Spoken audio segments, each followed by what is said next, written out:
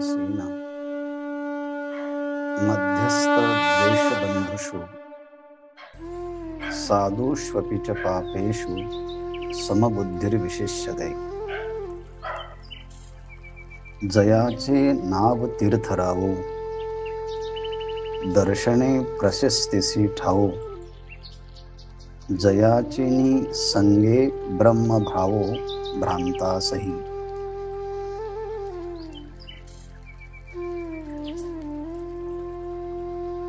ध्यान योग। भगवान श्री कृष्ण अर्जुनाचं निमित्त करून ध्यान योगासाठी लागणारी जी पार्श्वभूमी त्याचा विचार प्रस्तुत प्रकरणामध्ये सांगतात। ध्यान करणारा योगारूढ ज्यासाठी सर्व कर्म संन्यास सांगितले आहेत। शम कारणम उच्यते योगारूढस्य तस्यैव शम कारणम उच्यते। योगारूढाला शम म्हणजे सर्व कर्मापासून उपशम सांगितला आहे। मग असा जो योगारूढ झालेला आहे तो योगारूढ परिस्थितीशी जड वस्तूंशी आणि आपल्यासारख्या सजीवांशी त्याचा जेव्हा संबंध येतो तेव्हा या सगळ्या परिस्थितीशी तो समरस होताना या परिस्थितीला हाताळताना आपल्या मनाची बैठक जी तत्वज्ञानाने निर्माण झालेली आहे ती समावस्था कायम ठेवतो। आणि म्हणून तर हा सगळ्यांच्या पेक्षा विशेष आहेत। समबुद्धीर विशिष्यते ज्याची बुद्धी सगळ्यांच्या मध्ये सम आहेत। सुहृद असेल, मित्र असेल, शत्रू असेल, उदासीन असेल, मध्यस्थ असेल, द्वेष्य, बंधू, साधू आणि पापी ह्या प्रत्येकाचं वैशिष्ट्य हे वेगवेगळं आहे। वेगवेगळ्या गुणातील हे सगळे आहेत, पण वेगवेगळ्या गुणातील जरी असले पण हा मात्र आपल्या स्वरूप स्थितीने तो त्यांच्याकडे पाहत असतो। त्यामुळे विचित्र गुणवैशिष्ट्यांच्या ह्या सृष्टीकडे तितक्याच गुणवैशिष्ट्यांनी पाहत नाही तर आत्मा स्वरूप बोधाने हा त्यांच्याकडे पाहत असतो। त्यामुळे याच्या दृष्टीने कोण कोणाचा मित्र, कोण कोणाचा शत्रू, कारण मीच विश्वाचं अधिष्ठान ब्रह्म बनलो असल्यामुळे असा त्याचा बोध पक्का झाल्यामुळे आता अधिष्ठानाच्या भूमिकेतून शत्रू मित्र ह्या सगळ्या कल्पना अलीकडच्या आहेत।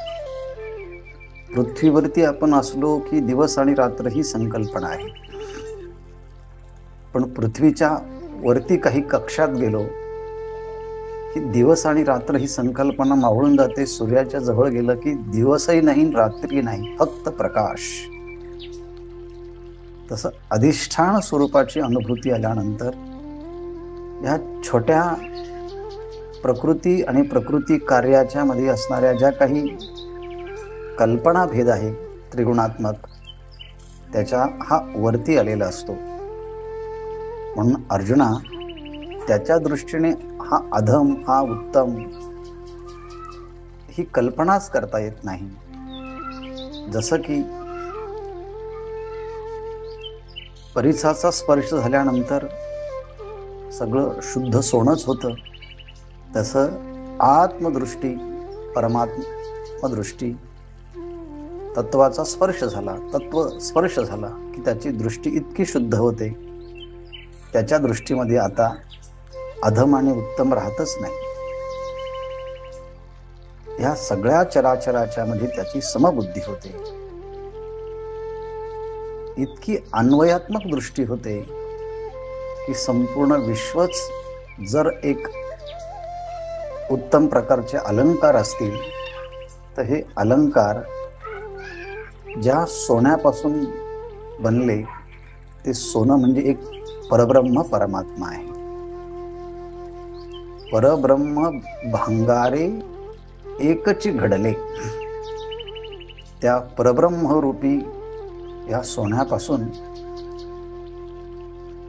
हे अनाने आकारे आहाती, हे वेगवेगळे आकार जरी असले पण हा सगळा आकार विश्वालंकाराचा त्या परब्रह्मापासून अभिव्यक्त झाला आहे. आणि म्हणून असं जे उत्कृष्ट ज्ञान त्याला प्राप्त झालं, ऐसे जाणणे जे बरवे, असं जे बरवं उत्कृष्ट ज्ञान प्राप्त झालं आणि ते ऐसे जाणणे जे बरवे ते फावले, असं जे उत्कृष्ट ज्ञान जे आहे ते त्याला प्राप्त झालं. आणि त्यामुळे आहाच वहाचे आकार चित्र येणेन झकवे, त्या उत्तम बोधाने या सृष्टीतले जे काही त्रिगुणात्मक चित्र विचित्र असणारी सृष्टी ती त्याला फसवत नाही, कारण तो त्याचा अधिष्ठान बनला आहे. पटामध्ये दृष्टी पाहिली तर वस्त्र दिसतंय आपल्याला, पण त्या वस्त्रांना मूळ कारण तंतूचाच हा सैंघ विस्तार असतो सृष्टीतल्या, पटारूपी सृष्टीतला. तसं ह्या ब्रह्मांडरूपी एक मोठा पट आहे, एक वस्त्र आहे, आणि त्या एका पटामध्ये एक परब्रह्मरूपी धागा हाच अनुस्यूत सगळीकडे आहे, त्याच्या अतिरिक्त दुसरं नाहीच, अशी जी प्रतीती, असं जे व्यापक ज्ञान, या व्यापक ज्ञानानेच संपूर्ण जगाला त्यांनी व्यापलेलं असतं. ऐसेनी प्रतीती, ह्या प्रतीतीच्या द्वारे हे गवसे, हे संपूर्ण विश्व त्याला व्यापलेलं असतं. आणि असा हा अनुभव जयाते असे, असा अनुभव त्याला असतो. त्यामुळे समत्व बुद्धी त्याला प्राप्त झालेली असते, असं सगळं सांगितलं. आता स्वतंत्र याचा विचार आपण काल केलाच आहे. शत्रू, मित्र, उदासी या सगळ्यांचा केला आहे. त्यापैकी थोडक्यात एका मित्र ह्या भूमिकेचा एक श्लोक प्रसिद्ध आहे, तो उद्धृत करून मग आपण कालच्या विषयाकडे येऊया. शास्त्रामध्ये सन्मित्र लक्षणम म्हणून एक प्रसिद्ध असा श्लोक आहे. आणि सज्जन लोक ही गुणवैशिष्ट्य जिथे असतात त्याला मित्र असं म्हणतात. म्हणून सन्मित्र लक्षणमिदं प्रवदन्ति संतः, सतच बहुवचन संतः झालं, म्हणजे सज्जन लोक ह्या लक्षणाने जो युक्त असतो त्याला खरं मित्र म्हणतात. आणि आपण आपले मित्र असू तर हे लक्षण आपल्यामध्ये पण पाहिजे, आणि आपण दुसऱ्याचे मित्र असू तर त्या संबंधाने सुद्धा आपल्याकडे हे लक्षणं पाहिजे. म्हणून सन्मित्र लक्षणम इदं प्रवदन्ति संताः. काय आहे हे लक्षण? तर पहिलं लक्षण आहे सन्मित्राचं, पापान निवारयति. जो खरा सन्मित्र असतो तो आपल्या मित्राला पापापासून दूर सारतो, पापापासून त्याला परावृत्त करतो. पण आपण बऱ्याचदा असं म्हणतो, खूप मित्रांचा आग्रह झाला मला, त्यामुळे नाही म्हणवलं नाही म्हणून मी ही कृती केली, असं बऱ्याचदा दिसतंय आपल्याला. पण आपण जर सन्मित्र असू तर त्यांना आपण सांगितलं पाहिजे की ही गोष्ट निषिद्ध आहे, चांगली नाही. म्हणून मित्र मित्र म्हणून जो आपण म्हणत असू आणि आपण जर सन्मित्र असू तर आपलं काम आहे पापात निवारयति, पापांच्या पासून आपल्या मित्रांना दूर सारलं पाहिजे, दूर केलं पाहिजे. नंतर योजयते हिताय, ज्या ठिकाणी कल्याणाचा मार्ग असेल, ज्या ठिकाणी उद्धाराचा मार्ग असेल, तिथे आपल्या मित्रांना योजयते, त्यांचं नियुक्ती केली पाहिजे, त्यांना जोडून दिलं पाहिजे. म्हणजे प्रवचनासारखा हा उत्तम विचाराचा एक समारंभ आपण रोज ज्ञानेश्वरीच्या ओव्यांच्या माध्यमातून संपन्न करत आहोत. तर आपण असं म्हणूया, आपल्या मित्रांना योजयते हिताय, हिताय योजयते, आपल्या नातेवाईकांना, आपल्या मुलांना, पत्नीला त्यांना सांगावं, थोडंसं ऐका. हा विचार एक मोठ्या योग्याचा आहे. म्हणून मित्र म्हणून जो कोणी असेल त्याने हिताय योजयते, कल्याणाच्या ठिकाणी आपल्या मित्रांची योजना नियुक्ती करावी, जोडावं. We have to join them in good thoughts, चांगल्या विचाराशी त्याला संलग्न केलं पाहिजे आणि वाईट विचारांपासून त्यांना परावृत्त केलं पाहिजे. पापात निवारयति, हिताय योजयते, हे 2 लक्षणं सांगितले. तिसरं लक्षण आहे गुह्यम निगूहति. गुह्यम निगूहति म्हणजे आपल्या मित्राचं एखादं सिक्रेट, एखादं गुप्त गोष्ट असेल आणि त्याने आपल्याला सांगितले असेल आणि ती प्रगट केल्याने त्याच्या व्यक्तिमत्वावरती अपवाद येणार असेल, तर अशी गुप्त गोष्ट कायम आपल्या मित्राने ती गुप्त ठेवली पाहिजे. गुह्यम निगूहति, नाहीतर त्याला ब्लॅकमेल नाही केलं पाहिजे. कायम आणि कायम आपल्या मित्रांना जर एखादी गोष्ट सांगितली, गुह्यम आख्याती गुह्यम पृच्छति, काल सांगितलं होतं, तर आपण त्याची गुह्य गोष्ट काही जरी झालं तरी उघड करता कामा नये. एक सन्मित्राचं तिसरं लक्षण सांगितलं. आणि गुणान प्रकटी करोती, आपल्या मित्राच्या मध्ये जर चांगलं लक्षण असेल, चांगले गुण असेल, जे समाजोद्धारकाच्या दृष्टीने सफल असतील, सद्गुण असेल, प्रेरणादायी गुण असेल, परोपकाराचे असेल, सामंजस्याचे असेल, समन्वयाचे असेल, त्या आपल्या मित्राच्या गुणांचं प्रगटीकरण हे अवश्य केलंच पाहिजे. हा 4था गुण आहे, गुणान प्रकटी करोती. 5वा एक महत्वाचा गुण आहे अपद्गतम च न जहाती. कठीण प्रसंग आला असेल, आपत्काल प्राप्त झाला असेल, तर त्याने म्हणजे खऱ्या मित्राने कधीच त्याला सोडून जाऊ नयेत. कोरोनाचा काळ आहे, एखाद्या मित्राला गरज पडली तर आपण त्याला मदत केली पाहिजे.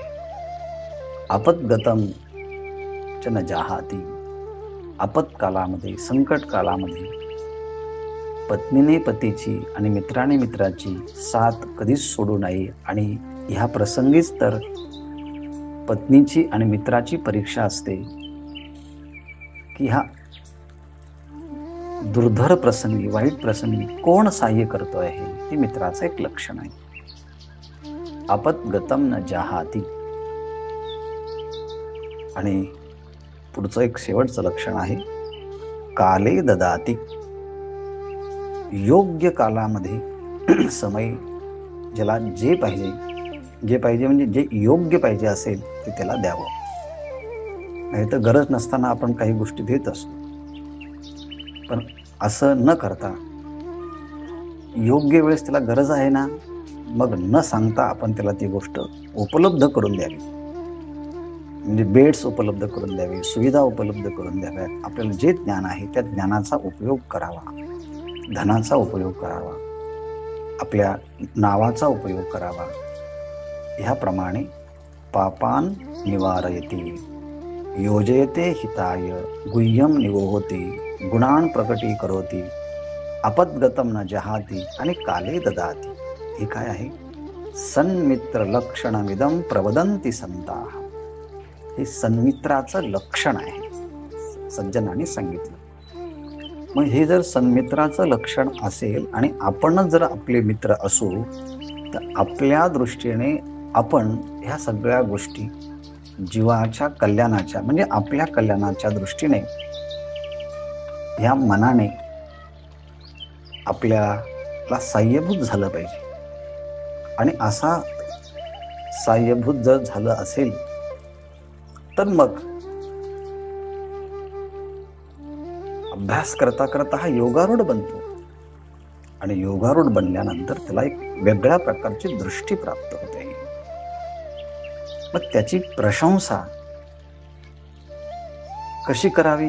म्हटले तो अशा अनुभूतीने ह्या सगळ्या जगाकडे पाहताना ब्रह्मानुभूतीने संपन्न झाला आहे आणि तो समत्वाने पाहतो. ज्ञानेश्वर महाराज सांगतात, खरं सांगतो बरं का, हे खोटं नाही, हे अनारेसे नव्हे. हे अनारेसे म्हणजे अन्यथा नाही. मी जे बोलतोय ते सत्य बोलतोय. खरं म्हणजे ज्ञानेश्वर महाराज सत्यच बोलत असतात, पण तरी देखील योगाचं वर्णन चालल्यामुळे एक योगी दुसऱ्या योग्याची प्रशंसा करताना, म्हणजे एका मित्राची प्रशंसा करताना गुणान प्रकटी करोती, गुणांचं प्रकटीकरण करतात. म्हणजे एक योगी दुसऱ्या योग्याच्या गुणांचं प्रगटीकरण कसं करतं म्हणून सांगतात. आम्ही खरं सांगतो बरं का, तोची समबुद्धी, तोच हा सगळ्यांच्या मध्ये समबुद्धी म्हणजे ब्रह्मबुद्धीने तो सगळ्यांकडे पाहतो. हे अनारिसे नव्हे, यामध्ये अन्यथा नाही, यामध्ये खोटं काही नाही, हे तुम्ही जाणा. अच्छा, असा तो मोठा आहे ना. किती मोठा आहे? जयाचे नाव तीर्थ राहू. म्हटले या महापुरुषाची तुलना करताना ज्ञानेश्वर महाराजांनी शब्द वापरले, हा तीर्थांचा राजा आहे.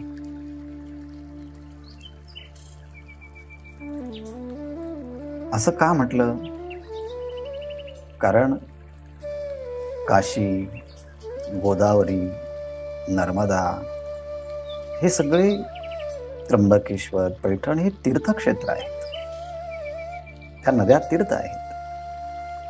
पण ह्या नद्या तीर्थ जरी असल्या तरी तिथे प्रत्यक्ष आपल्याला जावं लागतं. मग आपल्याला त्या तीर्थाचा लाभ घेता येतो. पण संत हे चित्तीर्थ आहे आणि बाकीचे जे आहेत त्यांना भौम तीर्थ असं आमचे गुरुवर्य विठ्ठल महाराज घुले आम्हाला ज्ञानेश्वरी शिकवताना सांगायचे. भौम तीर्थ आणि चित्तीर्थ. संत हे चित्तीर्थ आहे, चैतन्य आहे. आणि म्हणून ते भौमतीर्थ आपली जागा सोडत नाही. पण चित्तीर्थ मात्र जिथे गरज आहे तिथे जाऊन त्यांच्याशी ते हितगुज करून त्यांचं कल्याण करतात. आणि म्हणून भेटतू तया भूता, ईश्वरनिष्ठांची मांदियाळी भेटतू तया भूता. ही ईश्वरनिष्ठांची मांदियाळी सगळ्या प्राणीमात्रांना भेटत असते. आणि म्हणून हे तीर्थांचे राजे आहेत. कारण 2, तीर्थांच्या ठिकाणी आलेली जी काही मलिनता हे संत आपल्या पदस्पर्शाने, अंगस्पर्शाने तीर्थांची मलिनता घालून त्यांना पुनश्च एकदा तीर्थत्व प्रदान करतात आणि म्हणून हे तीर्थराव आहेत. कधी कधी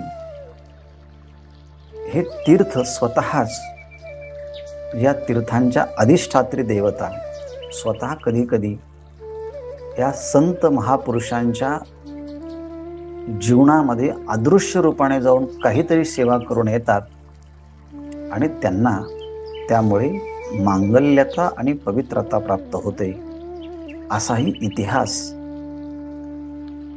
पुराणादिकांच्या मध्ये आहेत. म्हणून संत हे महात्मे तीर्थराव आहेत.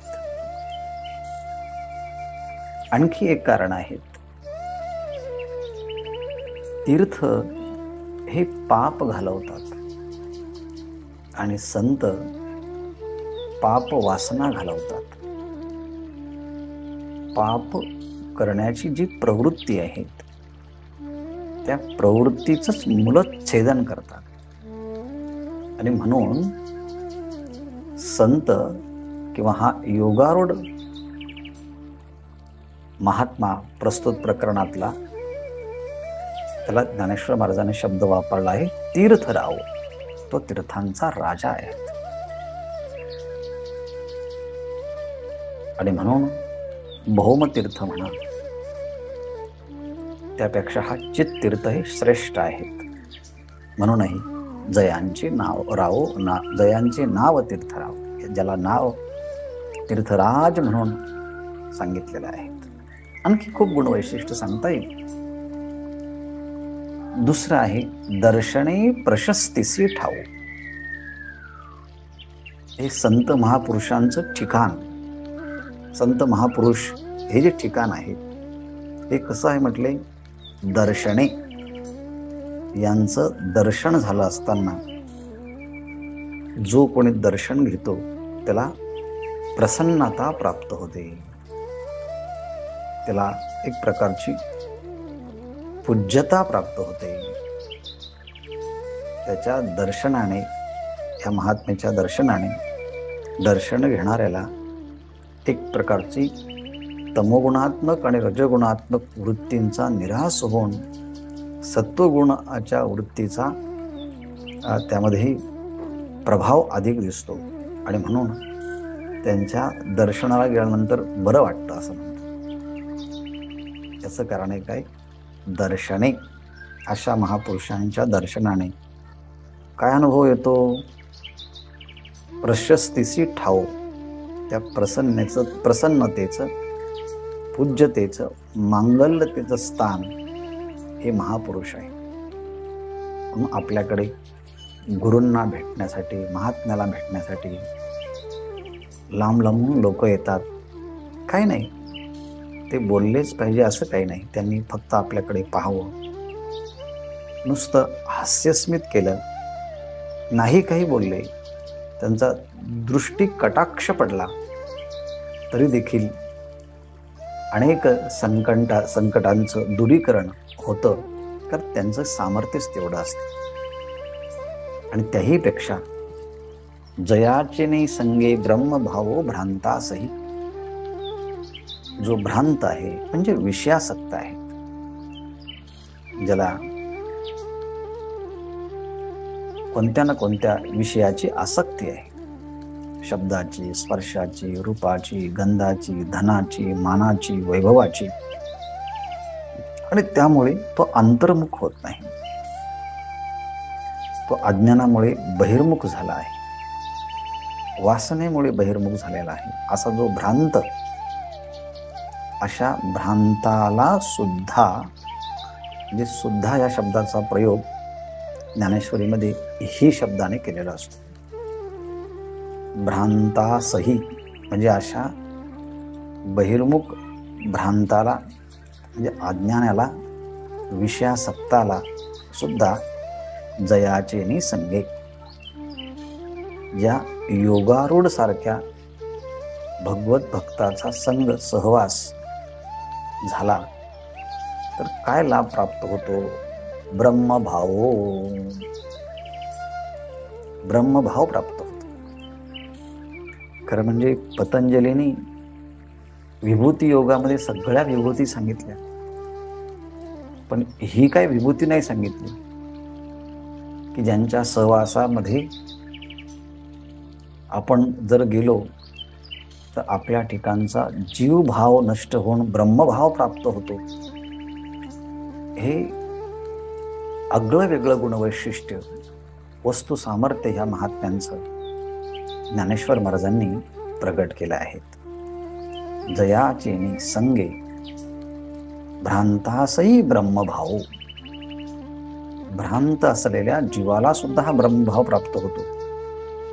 असं कसं होईल, शक्य आहे का ते, हा अर्थवाद आहे असं बोलण्यापेक्षा ज्ञानिनस तत्वदर्शिनः अशा गीतेने वर्णन केलं ज्या भगवत भक्ताचं, त्यांच्या सानिध्यामध्ये जाऊन तर पहा. म्हणून आता जे कोणी महात्मे दिसतात ते सुद्धा पूर्वी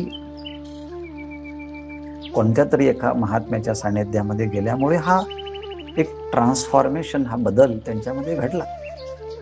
म्हणून जयाचेनी संगे ब्रह्मभाव भ्रांतासही. आणखी काय वैशिष्ट्य आहे त्याचं?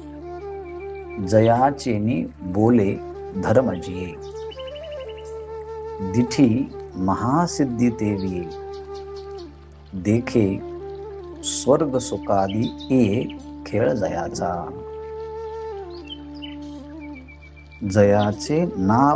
जयाचेनी बोले धर्मजिये.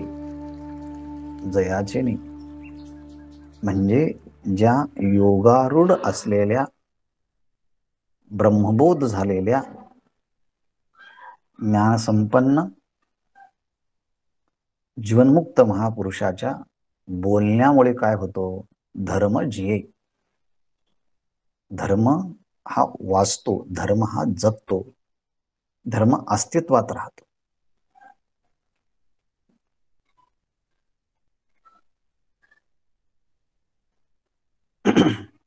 योगसूत्रामध्ये एक सूत्र आलेले आहेत. सत्य प्रतिष्ठायाम क्रिया फलाश्रयत्वम. सत्य बोलण्याची साधना आपल्याकडनं झाली असेल आणि आपण जर एखाद्या व्यक्तीला सांगितलं, अरे हे धर्माचं आचरण करत जा, ही गोष्ट चांगली आहे, असं म्हटल्याबरोबर त्याच्याकडनं तशा प्रकारची कृती करायला तो सुरुवात करतो. आणि मग त्याला विचारतं, आतापर्यंत इतक्या लोकांनी सांगितलं, ऐकलं नाही, आज कसं काय ऐकलं? आज ऐकलं त्याचं कारण त्याने ऐकलं म्हणून नाही, ज्याने सांगितलं त्याच्या शब्दाचा प्रभाव आहे. त्याला म्हणायचं क्रिया आश्रयत्वम. बोलल्याबरोबर जी क्रिया सांगितली त्या क्रियेचा तो व्यक्ती जर आश्रय घेत असेल, त्याच्याप्रमाणे वागत असेल, तर हे वैशिष्ट्य वागणाऱ्याचं नाहीये, हे वैशिष्ट्य सांगणाऱ्याचं आहे. जयाचेनी बोले धर्मजिये. ज्यांच्या बोलण्याने धर्म हा जगतो, म्हणजे धर्माचं अनुष्ठान केलं गेलं जातं. जयाचेनी बोले धर्मजिये. धर्म हा मानवी जीवनाच्या लक्षणाचा, मानवी जीवनाच्या जगण्याचा आधार आहेत. धर्मो रक्षति रक्षिताः असं महाभारतामध्ये म्हटलं आहे. म्हणून याच्यामुळे धर्म जगतो. दिठी महासिद्धी ते विये. या जीवनमुक्त महापुरुषाने एखाद्याकडे जर पाहिलं तर त्याच्या दृष्टीमध्ये काय सामर्थ्य असतं हे आपण 12व्या अध्यायाच्या वेळेस पाहिलं आहे, 9व्या अध्यायाच्या वेळेस पण पाहिलं आहे. विषय व्याळे मिठी दिदलिया नुठी ताटी, ते तुझी गुरुकृपा दृष्टी निर्विष होय. 9व्या अध्यायामध्ये सुद्धा हा भाग आपण पाहिला. गुरूंच्या सामर्थ्याचं दृष्टीच्या सामर्थ्याचं वर्णन ज्ञानेश्वर महाराजांनी अमृत अनुभवामध्ये श्रीगुरु प्रकरण नावाचं स्वतंत्र गुरूंचं वर्णन करणारं प्रकरण लिहिलंय. त्यामध्ये असं म्हटलंय, जयाचेनी अपांग पाते बंध मोक्षपणी आते, भेटे जाणतया जाणते जयापासी, प्रवृत्ती गंगा स्थिरावे सागरे जी, जो भेटली याची सवे. जो भेटल्याबरोबर माणसाची प्रवृत्ती ही थांबून जाते. खूप वर्णन केलं आहे आणि म्हणून त्यांनी आपल्याकडे नुसतं पाहावं, कारण त्या दृष्टीमध्ये निर्मळता, मंगलता, पावनता, शुद्धता, पवित्रता आणि शक्ती संक्रमणाची ताकद असते. जिठी महासिद्धी देवी. एरवी अष्टांग योगाचा अभ्यास करताना योग्याला सिद्धी प्राप्त होतात, पण इथे मात्र वेगळं आहे. यांनी पाहिलं तरी महासिद्धी जन्माला येतात, महासिद्धी उदयाला येतात. अणिमा, लगेमा, महिमा, गरिमा, ईशत्व, वशित्व याला अष्टमहासिद्धी म्हणतात. पण माऊली महासिद्धी ते भिये, त्या महासिद्धींना याची दृष्टी जन्माला घालते. एवढं मोठं सामर्थ्य याचं. आणखी सांगतात, देखे स्वर्ग सुखादी ये खेळ जयाचा. जयाचा देखे पहा ये स्वर्ग सुखादी जयाचा खेळ. अहो म्हणतात 100 जन्म यायचे आणि मग 100 चांगल्या कर्म करायचे आणि मग तो इंद्र होतो. परंतु इंद्र बनल्यानंतर स्वर्गात जाऊन ज्या सुखाचा अनुभव घ्यायचा, त्या सुखाचा अनुभव हा भगवत भक्त आपल्या एखाद्या शिष्याला कृपा करून तो प्राप्त करून इथेच देत असतो. देखे स्वर्ग सुखादी जयाचा खेळ, म्हणजे सहज लिलेने. खेळ शब्दाचा अर्थ प्रयत्नाशिवाय सुद्धा हे महापुरुष एखाद्यावरती जर कृपा केली तर स्वर्गात 100 यज्ञ करून जे फळ प्राप्त होणार आहे ते फळ या महात्म्याच्या सहज कृपेतनं प्राप्त होतं. म्हणून एवढं मोठं सामर्थ्य आहे. आणखी काय वैशिष्ट्य आहे? विपाये जरी आठवला चित्ता, तरी दे आपुली योग्यता, हे असो तया ते प्रशंसिता लाभ अथी. शेवटचा ह्या श्लोकावरची ओवी आहे. विपाये कदाचित सहज, जरी चित्ता आठवला. समजा कधी आपल्याकडनं अशा जीवनमुक्त महापुरुषाची, योगारूढ महापुरुषाची, देवप्रिय असणाऱ्या संत महापुरुषाची, गुरुनिष्ठ असणाऱ्या भगवत भक्ताची, ज्ञानेश्वर महाराज, जगद्गुरु तुकाराम महाराज, नामदेव महाराज या श्रेष्ठ संतांची आपण त्या ठिकाणी गेलो नाही, आळंदीला आलो नाही, त्र्यंबकेश्वरला गेलो नाही, पैठणला गेलो नाही, सासवडला गेलो नाही, पण आहे त्या ठिकाणी पूजेच्या वेळेस आपण एक मनानेच मानसिक पूजेमध्ये आपण ज्ञानेश्वर महाराजांची आठवण केली, तुकोबारायांची आठवण केली. चित्ता विपाये जरी आठविला, चित्ताने सहज जरी अशा महापुरुषांना आपण आठवलं, त्यांचं स्मरण केलं, त्यांचं चिंतन केलं, तर काय होतं? ते स्मरण आपल्याला काय करतं? तरी आपुली योग्यता दे. ते स्मरण, ते चिंतन आपण ज्यांचं स्मरण करतो, ज्यांचं चिंतन करतो,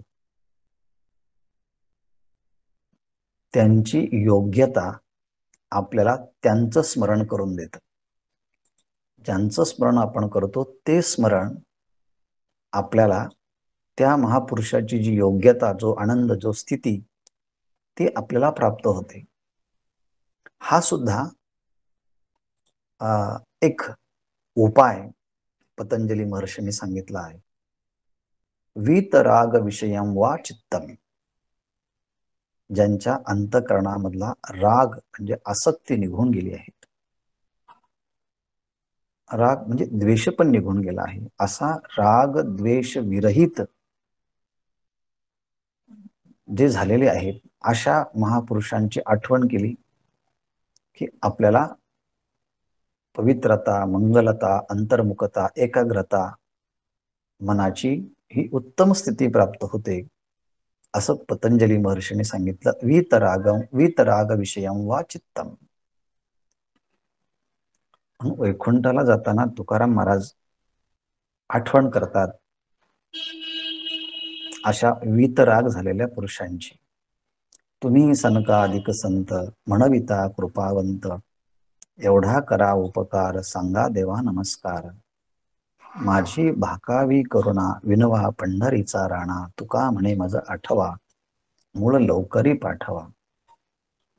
गरुडाचे पायी ठेवी वेळोवेळा डोई, अर्थात गरुडाची आठवण केली, सनकादिकांची आठवण केली, लक्ष्मीची आठवण केली. याला म्हणतात की अशा महापुरुषांची आठवण जरी केली तर आपल्याला ती आठवण त्या महापुरुषांची योग्यता प्राप्त करून देते. दे आपुली योग्यता. कोण आठव, विपाये जरी चित्ता आठवला तरी तो आठव आपली योग्यता करून देतो. नुसतं स्मरण जर एवढी योग्यता करून देत असेल तर आपण त्यांची प्रशंसा केली, त्यांचं वर्णन केलं, आपल्या वाणीने त्यांचं कौतुक केलं, तर 12व्या अध्यायामध्ये आपण ही एक ओवी पाहिली. तेही प्राणा परवते, आवडती जे निरुते, जे भक्त चरित्राते प्रशंसते. भक्ताच्या चरित्राची जी प्रशंसा करतात भगवंत म्हणतात ते मला प्राणापेक्षाही प्रिय असतात. तेही प्राणा परवते, आवडती मज निरुते, जे भक्त चरित्राते प्रशंसते. आणि म्हणून हे असो तयाते प्रशंसिता लाभुवाते. अहो आता किती ह्या महात्म्यांचं वर्णन, जयाचे नाव तीर्थराव इथपासून सुरुवात केलं. ज्ञानेश्वर मला म्हणतात माझी वाणी थांबणार नाही, पण आता मला थांबावं लागतं. हे असो द्या म्हटले. आता पण एक सांगू का, तयाते प्रशंसिता लाभुवाते, त्यांची प्रशंसा केली असताना लाभ प्राप्त होतो. काय लाभ प्राप्त होतो? तर उत्कृष्ट पुण्य प्राप्त होतं, ब्रह्मभाव प्राप्त होतो, महासिद्धीचा उदय होतो, प्रसन्नता होते, पवित्रता प्राप्त होते आपल्याला. आणि म्हणून अशा महापुरुषांचं आपण वर्णन करावं. पुण्यवंत व्हावे घेता सज्जनांची नावे. याप्रमाणे विपाय आठवला चित्ता तरी दे आपली योग्यता, हे असो प्रशंसिता लाभवती. हे संत लक्षण आहे, हे भक्त लक्षण आहे, हे ज्ञानी पुरुषाचे लक्षण आहेत. आणि म्हणून हा समबुद्धीर विशिष्यते असा महात्मा हा विशेष आहे असं सांगितलं. आता हा ध्यानयोगाचा अध्याय आहे. पण आता ध्यानयोगाच्या संबंधानं आतापर्यंत काही बोललं गेलं नव्हतं. पण इथून पुढे आता 10व्या श्लोकामध्ये याचा विचार होतोय. पण तत्संबंधाने आपण थोडासा आता विचार करूया. त्या अंगाने ध्यान योग म्हटलं की आपल्याला प्रश्न पडतो, काय आहे ध्यान? What is meditation? ध्यान काय आहे? ध्यान म्हटलं की ध्यान करणारा मागे ध्याता असतो, पुढे ध्येय असतं, आणि मग ध्यान हे होत असतं. म्हणजे ध्यानामध्ये ही त्रिपुटी असते, ध्याता, ध्यान आणि ध्येय. मग पहिल्यांदा ध्यान काय आहे? याचं लक्षण पाहिलं पाहिजे. याला ध्यान म्हणावं, याला ध्यान म्हणतात. नंतर मग ध्यान कोणी करावं, मग त्या ठिकाणी कोण आहे ध्याता, हु इज द मेडिटेटर, कोण ध्याता आहे, कोणी ध्यान करावं. पहिल्यांदा ध्यान काय आहे, नंतर ध्यान कोणी करावं, नंतर ध्यान करायचं त्या ध्यानाचा विषय काय असावा, म्हणजे अवलंबन काय असावं. वी आर मेडिटेटिंग ऑन हुम, कोणावरती आपण, कोणाच्यावरती अवलंबन ठेवून आपण ध्यान करतो. म्हणजे ध्यानाचा विषय काय आहे, ध्यान काय, ध्यान कोणी करावं, ध्यानाचा विषय काय. आणि मग प्रश्न पडतो, का ध्यान करायचं, व्हाय शुड वी मेडिटेट, का का ध्यान करायचं, what is the purpose of meditation. ध्यान करण्याचा हेतू काय आहे, पर्पज आहे, का मी ध्यान केलं पाहिजे, म्हणजे काय फळ भेटणार आहे मला, हा एक प्रश्न असतो. नंतर मग ठीक आहे, हे या प्रश्नांची उत्तरं येतील किंवा पुढचा प्रश्न पडतो की ध्यान कसं करावं, हाऊ टू मेडिटेट. त्या ध्यानाची विधी काय आहे, ध्यानाची प्रोसेस काय आहे, ध्यानाची प्रॅक्टिस काय आहे. नाहीतर लोक सांगतात ध्यान केलं म्हणजे काय, डोळे झाकले. आमची एक ओळखीची व्यक्ती आहे, ते म्हटले ध्यानामध्ये मला छान झोप लागते. एरवी अंथरुणावरती पडलं ना झोप लागत नाही, पण ध्यानाला बसलो की छानशी डुलकी लागून गेली ना मग बरं वाटतं. मग झोपायचं म्हणून आपण ध्यानाला बसलं पाहिजे का, नाही तर मग ते झोप होईल. मग ते मग काय आहे ध्यान, कसं केलं पाहिजे, ध्यान विधी काय आहेत. नंतर जेव्हा ध्यान करायला आपण सुरुवात करतो तेव्हा किती जरी सांगितलं वर्णन करून, असं नाही तसं नाही तसं नाही, सगळ्या सूचना आपण सांगितल्या. जसं की मोटर ड्रायव्हिंग स्कूलमध्ये जेव्हा पहिल्यांदा आपण शिकायला जातो तेव्हा क्लच काय आहे, एक्सलेटर काय आहे, ब्रेक काय आहे, मागे पाहायचं, पुढे पाहायचं, बाजूच्या आरशामध्ये पाहायचं, सगळं सांगितलं असतं. पण जेव्हा आपण प्रत्यक्ष गाडी शिकायला जातो तेव्हा दोन्ही पाय गुंतलेले असतात, दोन्ही हात गुंतलेले असतात, आणि कधी सांगतात शिकवणारा मागे पहा, मागच्या आरशात, बाजूच्या आरशात, आणि पुढे पहा. तेव्हा गाडी शिकणाऱ्याला असं वाटतं असं कसं, सगळ्याच गोष्टी एकदमच कसं काय करणार मी. कारण पाय ब्रेक दाबायला गेलो की खाली लक्ष जातं, मग स्टेअरिंग इकडे तिकडे होते. स्टेअरिंग कडे लक्ष द्यायला गेलो की मग पाय बंद पडतात, मागे पाहता येत नाही. म्हणजे एकाच वेळेस डोळ्यांनी पण काम करायचं, हाताने पण काम करायचं, पायाने पण काम करायचं, मनाने पण काम करायचं, मग गाडी कधी चालवायची मी. या समस्या जशा गाडी चालवताना सगळ्या सूचना सांगून सुद्धा येतातच ना, तसं मेडिटेशन करताना काही अडचणी येतात का. मग what are the obstacles in meditation, meditation मध्ये येणाऱ्या अडचणी काय, प्रतिबंध काय, ही गोष्ट एक महत्वाची आहे. आणि मग प्रतिबंध सांगून उपयोगाचे नाही, हाऊ टू ओव्हरकम. त्या सगळ्या समस्यांच्या वरती आपण कसं आलं पाहिजे, त्याला सोल्युशन काय आहे याचा पण विचार झाला पाहिजे. समस्या काय आहे, समस्याचं निराकरण केलं पाहिजे, ही प्राप्त पाहिजे. नंतर हे सगळं मेडिटेशन त्या समस्यांचं दूरीकरण झालं, मेडिटेशन करायला लागलो. पण मेडिटेशन केल्यानंतर एक कोणती दृष्टी प्राप्त होणार आहे, what is the vision of meditation. त्या मेडिटेशनची कोणती दृष्टी प्राप्त होणार आहे, आपल्याला काय व्हिजन प्राप्त होणार आहे, काय होईल. दृष्टिकोन आपल्याला मेडिटेशन केल्यानंतर प्राप्त होणार आहे? हा एक प्रश्न आहे. आणि नंतर असा योगी ध्यान केल्यानंतर ह्या जगामध्ये कसा वावरतो? How does yogi live in this world? How does yogi react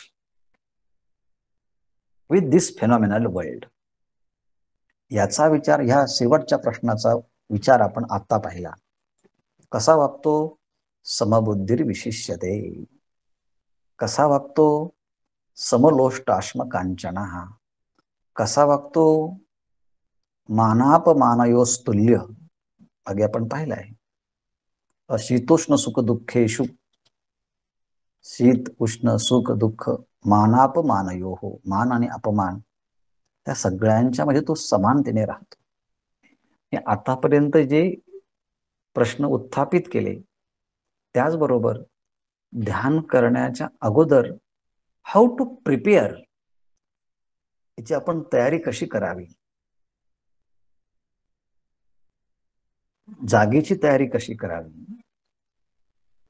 जो ध्यान करणार आहे त्याने स्वतःची तयारी कशी करावी, असे अनेक प्रश्न जेव्हा आपल्या मनासमोर उभे राहतात, तेव्हा त्या प्रश्नांची who will give this answer, त्या प्रश्नांचे आन्सर कोण देणार आपल्याला? तर भगवान कृष्ण या सगळ्या प्रश्नांची उत्तरं आपल्याला देत आहेत. त्यापैकी शेवटच्या प्रश्नाचं उत्तर दिलंय. काय दिलं आहे? की हा कसा वागतो, जगात कसा वागतो. ध्यान कोणी करावं, ह्या प्रश्नाचं पण उत्तर दिलं आहे ना. ज्याने कर्माची आसक्ती सोडली आहे, ज्याने कर्मफलाची आसक्ती सोडली आहे, आणि ज्याने ह्या जगातल्या सुखाच्या वस्तूविषयींचा संकल्पही सोडला आहे.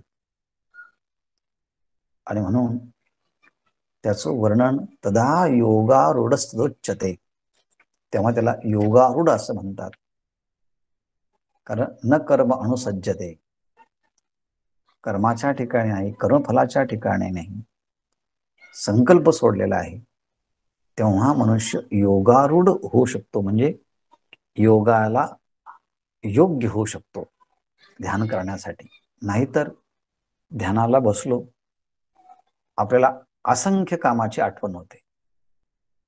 त्याच वेळेस ध्यानाला बसलो, आपण जे जे आतापर्यंत कर्म केले त्याचे रिझल्ट्स काय काय भेटायला पाहिजे होते, अजून भेटले नाही, कधी भेटतील, त्या कर्माची आसक्ती, फलाची आसक्ती.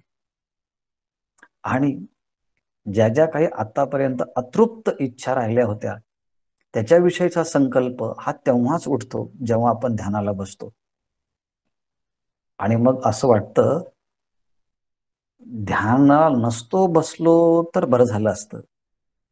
याने ध्यान तर झालंच नाही, पण ध्यानातला सगळा एकांत जो आनंद घालवून टाकला, अशी भूमिका कधी कधी प्राप्त होते. मग तो ध्यानाला बसू शकत नाही. म्हणून ध्यानाला ध्यानाच्या स्थितीसाठी कोणतं प्रिपरेशन लागतं, तर हे सुद्धा लागतं. याही गोष्टीचा भाग झाला. पण आम्हाला ध्यान करण्यासाठी तयारी करायची, पण आमचं मन लागत नाही अजून. मग आम्ही काय करावं? मग त्यासाठी कार्यम कर्म करोति अनाश्रित कर्मफलम कार्यम कर्म करोति, या त्याने कर्मफलाचा आश्रय सोडून आपल्या वाट्याला आलेले कर्म ईश्वर समर्पण भावाने करावेत. त्याने मग अंतःकरणाची शुद्धी, अंतःकरणाची एकाग्रता ही प्राप्त होईल. आणि मग तो पुढे योगारूढ अर्थात जो संन्यासी स्थितीला प्राप्त होणार आहे, त्याचं कौतुक सुरुवातीला केलं, म्हणून त्याला नाउमेद केलं नाही. अरे तू सुरुवात केली नाही बाबा, यम संन्यासमिति प्राहु योगंतम विंधी पांडव नय्य संन्यस्त संकल्पो योगी भवती कश्चन, असा गौरव सुद्धा केला. आणि मग असा जो योगी, तो त्याची ध्यान करण्यासाठी त्याची मानसिक स्थिती कशी असली पाहिजे, याचं वर्णन येतं.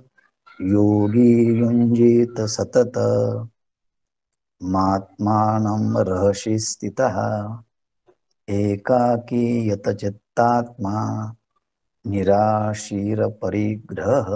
याचा विचार आपण उद्या पाहूया. ओम पूर्णमदः पूर्णमिदं पूर्णात् पूर्णमुदच्यते पूर्णस्य पूर्णमादाय पूर्णमेवावशिष्यते. ओम शांति शांति शांति. रामकृष्ण हरी.